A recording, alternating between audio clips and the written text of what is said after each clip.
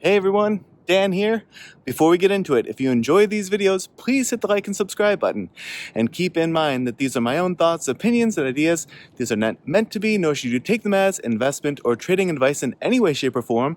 Do your own due diligence, put in the work for yourself, and make your decisions based on that. Enjoy. All right, folks, here we are on Thursday, February 6th. We're going to take a look at BBAI today. So Big Bear has been hopping, especially with the big interest in AI. Plus, after this earnings, it really started to pop off.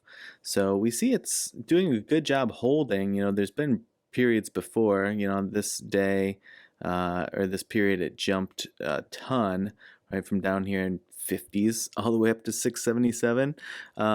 So almost looks this run like small town chops, but it obviously wasn't able to hold it and ultimately bled back down here. It didn't fully fill this gap for all you gap hounds out there that always give me a hard time. But it did come and get very dippy back toward $1, obviously. And now it's back up in that range, right? That was 677, finished today at 676 and falling a little bit more after hours. We'll see if that amounts to anything. But it is, to me, the motion just looks a lot better than this like immediate spike and then plummet. The thing that I've sort of sarcastically called in the past the sad face chart pattern. So the frowny face chart pattern. Similarly here, like it spikes so quickly and then just immediately gets sold off and a bunch of people get bagged. This looks like much more sustainable uptrend support. Now, do I think over time, if it didn't continue to get jumpy, that would really hold this steep of an uptrend? No. But the question more here is, can it have something of a more sustained run? And then can it settle or consolidate into a range that is outside of the range where it's been trapped or where it's been consistently returning to previously, right? Therefore getting it sort of into a different stratosphere, if you will. Sometimes that's the best that you can hope for, especially in stocks that are lower priced, maybe more speculative in nature, maybe more cyclical and dependent on, big catalysts. And sort of like the histrionics of it all. But in any case, you see this range where it was in previously, like I said, like low dollar up to like $2 or so. And it's obviously through there. So my question would be, even if it pulls back and settles, mid fives or even into the fours, it gets it significantly further away from this range here. And to my eyes, at least, could be a decent win. It's not that old of a stock, but it has had these strong spikes in the past that have just bled really quickly. So my hope for the BBAI bulls out there would be that this gets it into a different area, a different range from which it can consolidate and then work off of, and maybe it falls a little bit, maybe it jumps a little bit, and with something that's a little bit more, has some more capacity over the long haul. But for the time being, it is holding this uptrend support really well. So if it does come sort of crashing down, if you will, that would be my first big question. Would be, okay, if this falls rapidly, which we know it can, right? I just showed you previous examples of it. And it did, like here, right? This fell pretty rapidly. This day it was down 8%, and then after that it fell 16%, and then after that it fell 2%, right? But ultimately it banged into the uptrend support and moved off of it, banged back near it again, and now that's where it places us today. So that would be my first big question of crashing hard into it, can this uptrend support hold? If that's the case, then there could be potential for more movement here, stronger long-term motion.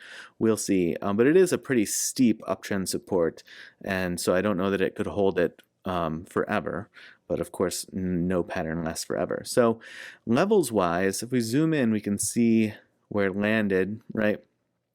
Working off a bunch of these levels on the chart from down here in the high fours, moved relatively easily to that 505 level up to the mid fives, and then we have the 669 level, which it is, I don't know if struggling with it is the right word at the moment, but it is clearly trying to put in some extra work at that 6 level. Now my question would be, if it does get a little dippy, there wasn't much of an opportunity to really spend some time giving 505 it's just desserts, if we want to call it that. And so, that to me looks like it could be a natural sort of landing place or patterning place if it does get that dippy. Now, obviously, that would be a pretty significant percentage down. So I don't know that it'll follow that way, and I'm not saying it can or it should.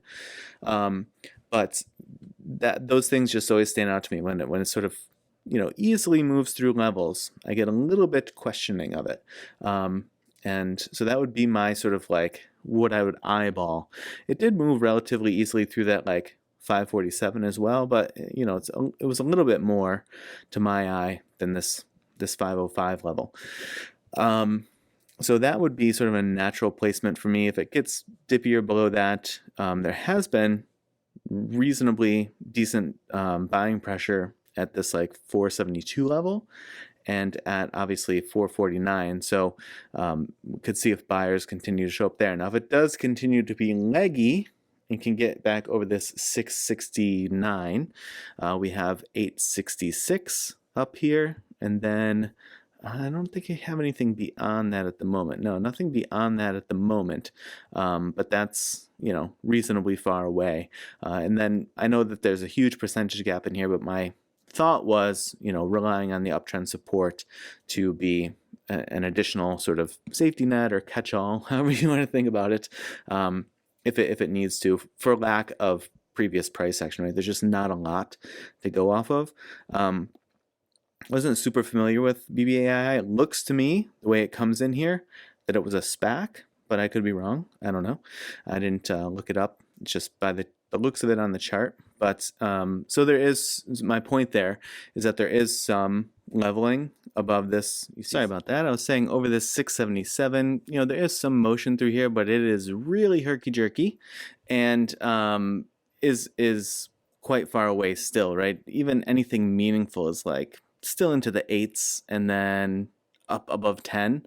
So, while that 866 that we have on the chart seems far away, to me, previous price action, there's not really anything better to go off of if we wanted to maybe put it that way. Now, hiding these guys for a moment, let's take a look at our EMAs. I'm going to guess everything is, pretty far away.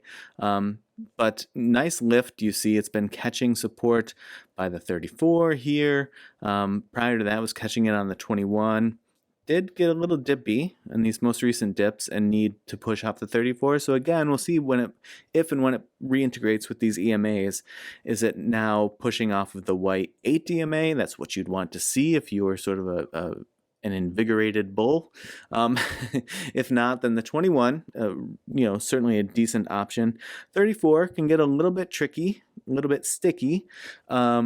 But it would depend what the motion looks like. But obviously your druthers are going to be that it's pushing off the 8s and maybe is an indication that there is more bullish momentum that needs to be exhausted before anything like a longer term consolidation or a greater pullback takes place with the stock motion.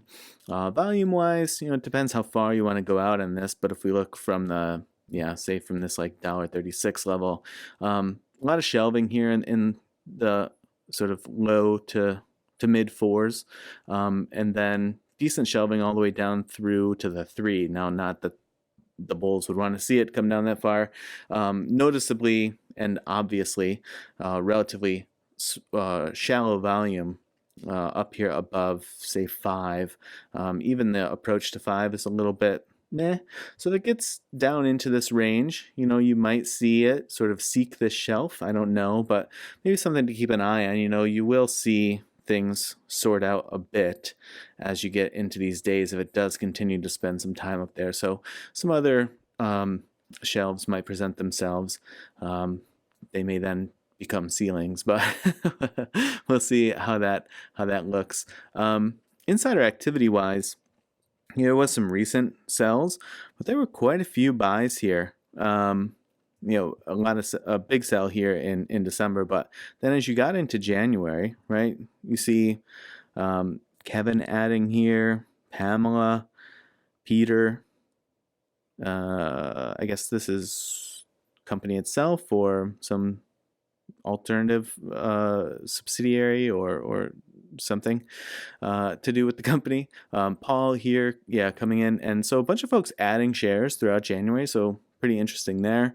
We'll see if that continues to take shape or what that looks like. Some large scale coming out today, but not outpacing the large scale coming in yesterday. So a little bit kind of roller coastery action on there. Now, almost 95% of shares profited proportion as of close yesterday. So it probably won't quite be that high once that's retabulated as of close today. But, I do start to wonder in terms of like who's going to push higher, who's going to win out there, right? Are new folks going to come in and want to try to chase BBAI down? Are institutions going to roll in and help provide a lift versus folks who want to secure some profit or all of their profit and maybe might add some selling pressure?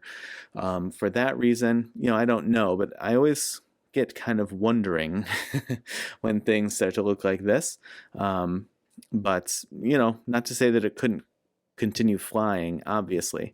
So that's the look on the Webull side of things. We can ever so briefly check in here on the ThinkorSwim side of things because we're way out of the ATR, we're way above the channel, and good call out here by the TTM squeeze indicator back in November. Trigger, fire, and then that set off this move. If you bought when it fired, you would buy in around $2, maybe less than $2, and now you're sitting really pretty for just a few months holding a stock. So pretty impressive move there. Nothing re-triggering or firing yet. We see, even with the pullback today, the histogram at least showing that there's still increasing bullish momentum. We'll see how that plays out in the days ahead. But ATR levels are blown through. We're outside of the channel, so we'll look to see what happens when it re-engages with it, like you saw here, see if things don't kind of crumble, and see where it can hold up. But for now, to me, 669 is really interesting. I mentioned that 505, if things get dippy, could be a very logical kind of reinitiation space, where it could kind of consolidate along there or bounce strongly off of that range for the reasons that I spoke about earlier in the video. We'll see. And then we have 866 up there to continue to keep an eye on, as well as the uptrend support. If it does, like I said, hammer into that, what does it do? That could be quite an interesting moment. All right, folks, I hope that your trading week has been going well. And as always, I appreciate you watching, and I will see you in the next video.